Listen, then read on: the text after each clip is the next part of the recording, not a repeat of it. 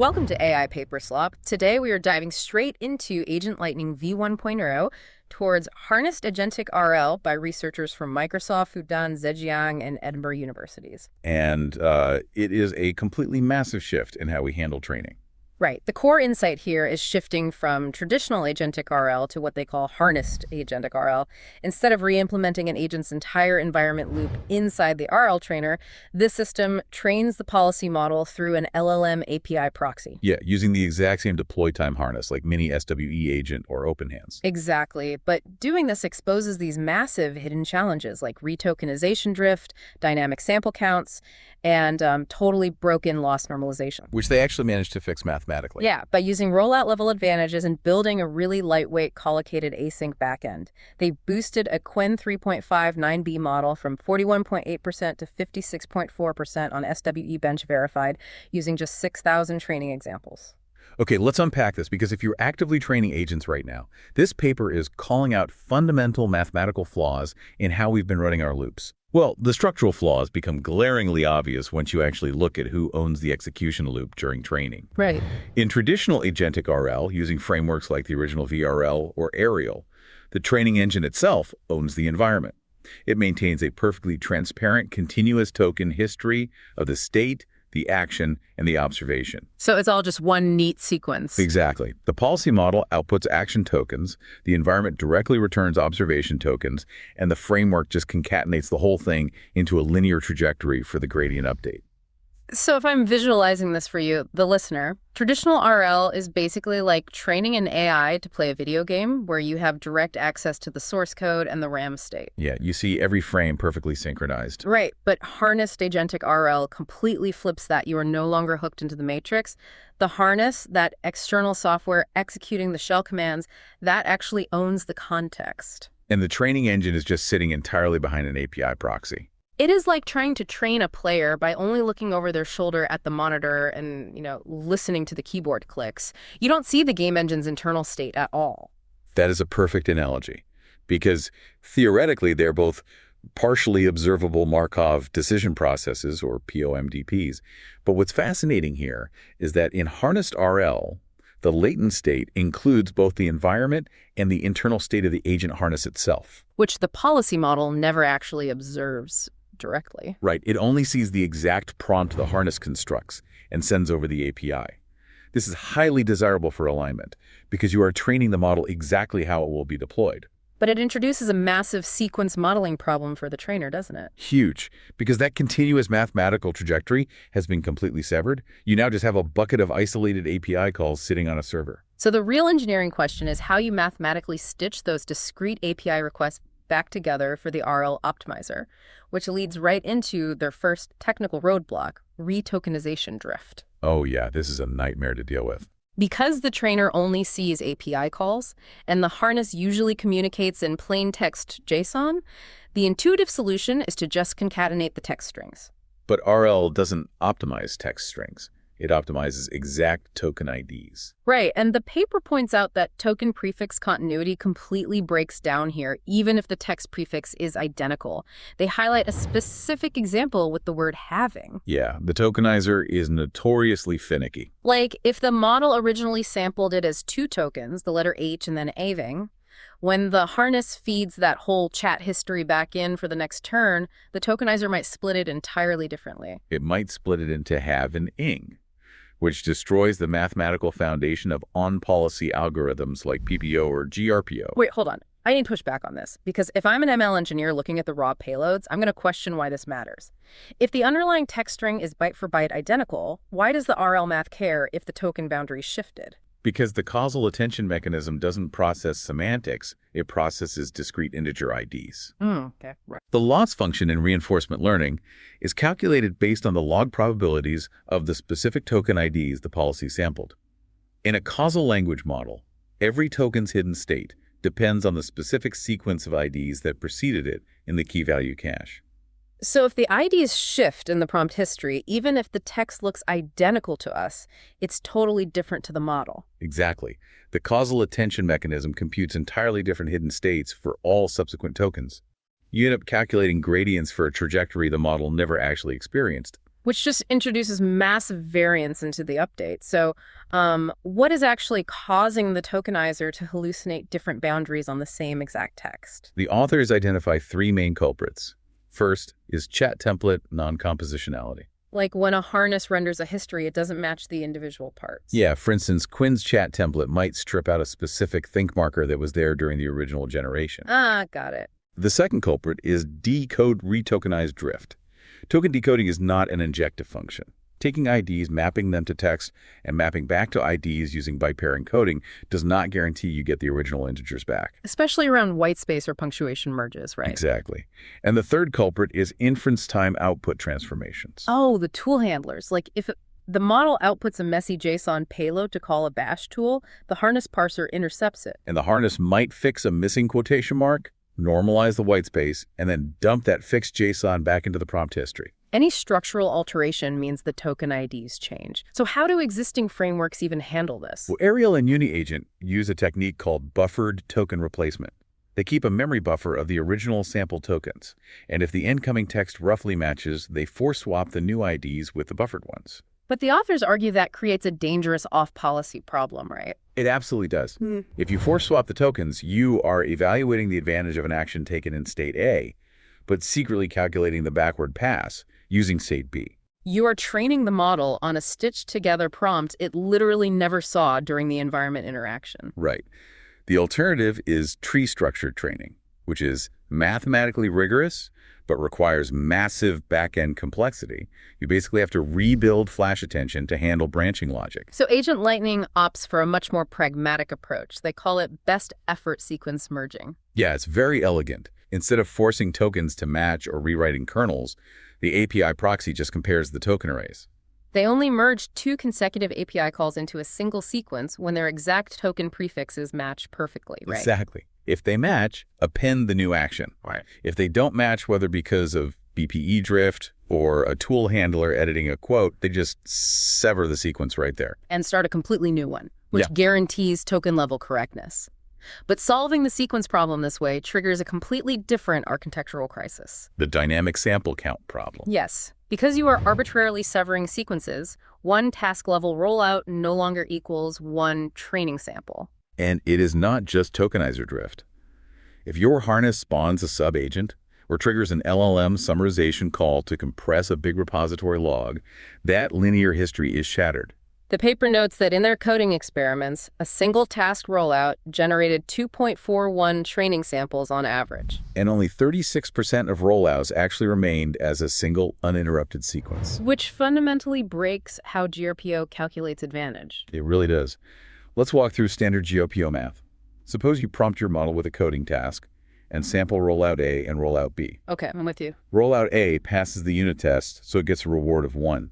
But because of drift, it fractures into 3 separate training samples. Rollout B fails, gets a reward of 0, and because it failed early, it remains as exactly 1 sample. So you have 4 distinct training samples sitting in your buffer. Right. If you calculate advantage at the sample level, you average the rewards of those individual samples. You have 3 samples with a reward of 1 and 1 with a reward of 0. That gives a group baseline of 0.75. But wait, you only had 1 successful rollout and 1 failed rollout. The true statistical baseline should just be 0.5. This raises an important question. Should reward be tied to the sample or the rollout? Here's where it gets really interesting, because if you tie the reward to the sample, you are basically saying an incidental text split, like the tokenizer splitting the word having, should magically grant that rollout 3 times the statistical weight during backprop. Which transforms signal into pure mathematical noise. It's tying the policy update to the quirks of the BPE tokenizer rather than the agent's actual reasoning capabilities. Exactly. To fix this, the authors implement rollout-level advantage. The baseline is computed strictly by averaging the rewards of the distinct rollouts, ignoring how many fragments the proxy chopped them into. Okay, I follow the logic on the advantage calculation, but the paper takes it a step further with equation 16, the rollout-level token mean loss. Yeah, this is crucial. I actually need you to clarify this one. If we are already calculating the advantage correctly, and we just average the loss across all response tokens like standard RL does, aren't we normalizing appropriately? You have to consider the gradient variance introduced by trajectory length. In standard token mean loss, you sum the loss for every generated token in the batch and divide by the total number of tokens. Okay, makes sense. But let's say rollout A is extremely verbose and fractures into 5 samples containing 2,000 response tokens total. Rollout B is concise, stays as 1 sample, and contains just 200 response tokens. Oh, I see. If you use standard token mean loss, rollout A is going to dominate the gradient update purely because it generated 10 times as many tokens. Which would incentivize the model to just generate massive walls of text to maximize its influence on the network weights. Exactly. It creates a severe length bias. Equation 6 time prevents this by changing the order of operations. First, it pools all the response tokens belonging to a single rollout and computes the mean loss for that specific rollout. Across all its fractured samples. Yes. Then it takes a uniform average of those rollout level losses across the entire batch. It mathematically enforces that every rollout exerts the exact same influence on the network weights. Regardless of whether it had 10 tokens or 10,000 tokens, and regardless of how many pieces the proxy cut it into. It is a highly elegant mathematical fix. It really is. But operationally, if you are an infrastructure engineer, this sounds terrifying. If I have a micro batch of 64 rollouts and those fracture into an unpredictable number of samples, how do you schedule that on a fixed cluster of GPUs? You can't pre-plan your tensor dimensions at all. Right. You can't neatly partition your data parallel ranks. Yet they managed to build this entire asynchronous framework in roughly 3,500 lines of code. The architectural simplicity is arguably as impressive as the math. The system relies on 3 core components. First is the API gateway, which acts as an idempotent proxy. Idempotency is critical there, right? If a node drops a connection and the harness retries, the gateway ensures the training state isn't corrupted by duplicate data.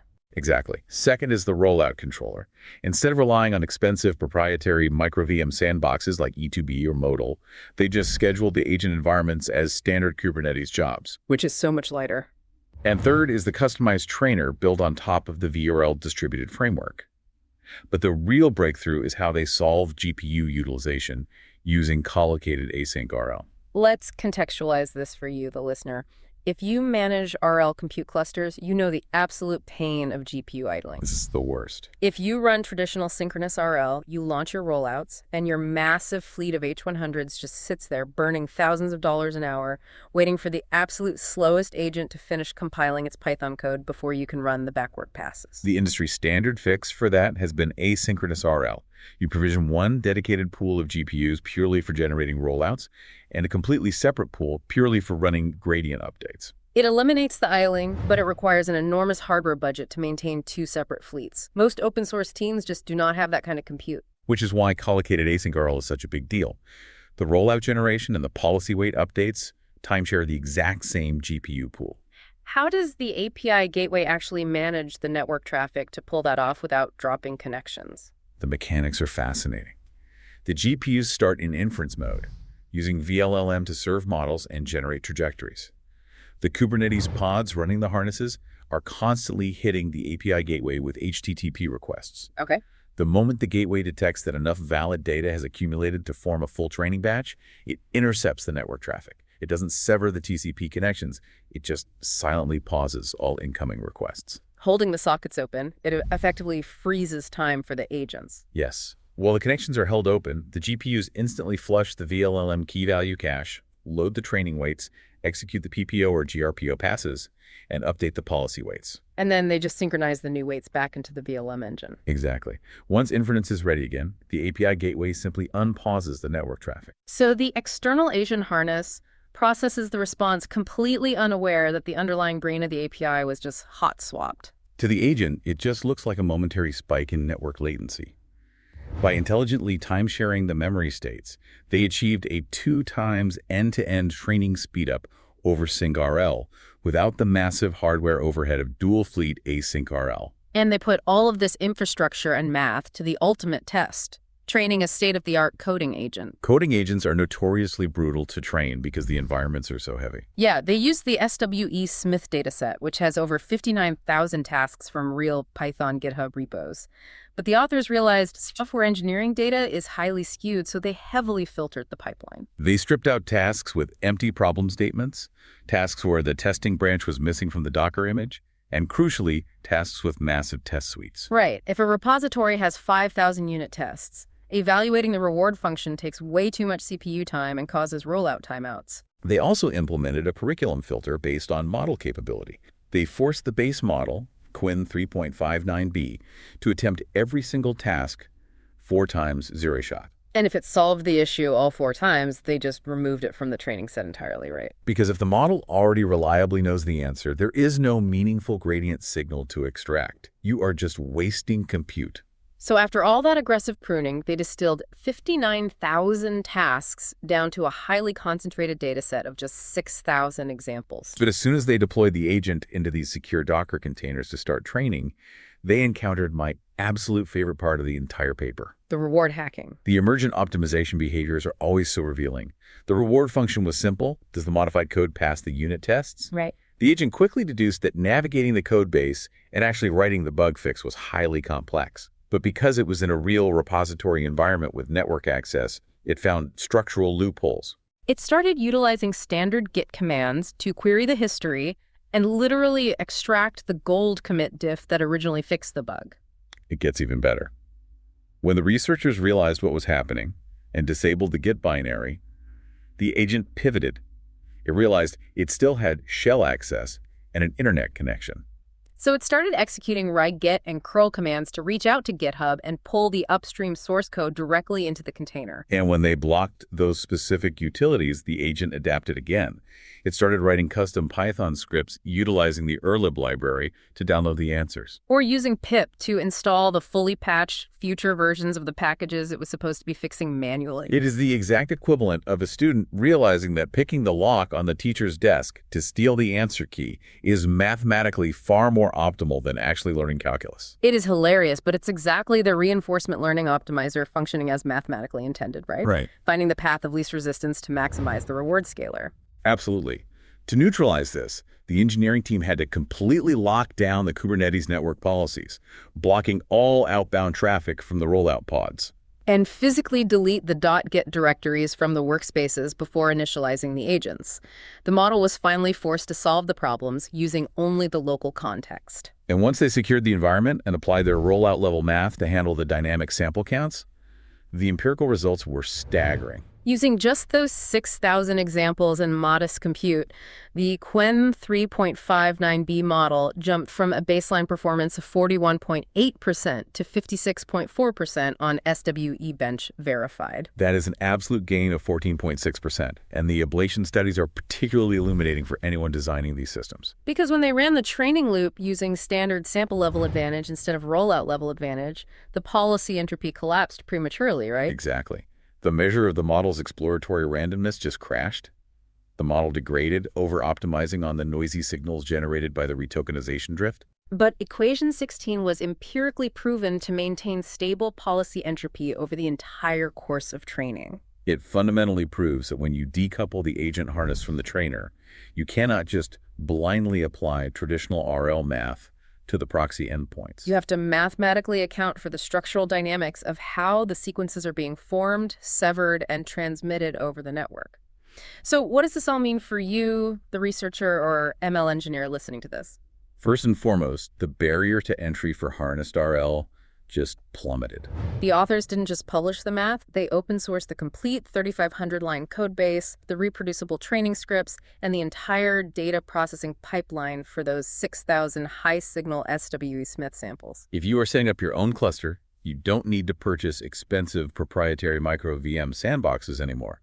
You can run this collocated async architecture entirely on your own standard Kubernetes nodes. It really democratizes access to state-of-the-art agentic post-training. You can take any deploy time harness, whether it's a coding agent, a web browsing agent, or a general instruction-following framework, and directly optimize your model against its real-world execution semantics. And you don't have to rewrite the agent loop in PyTorch to do it.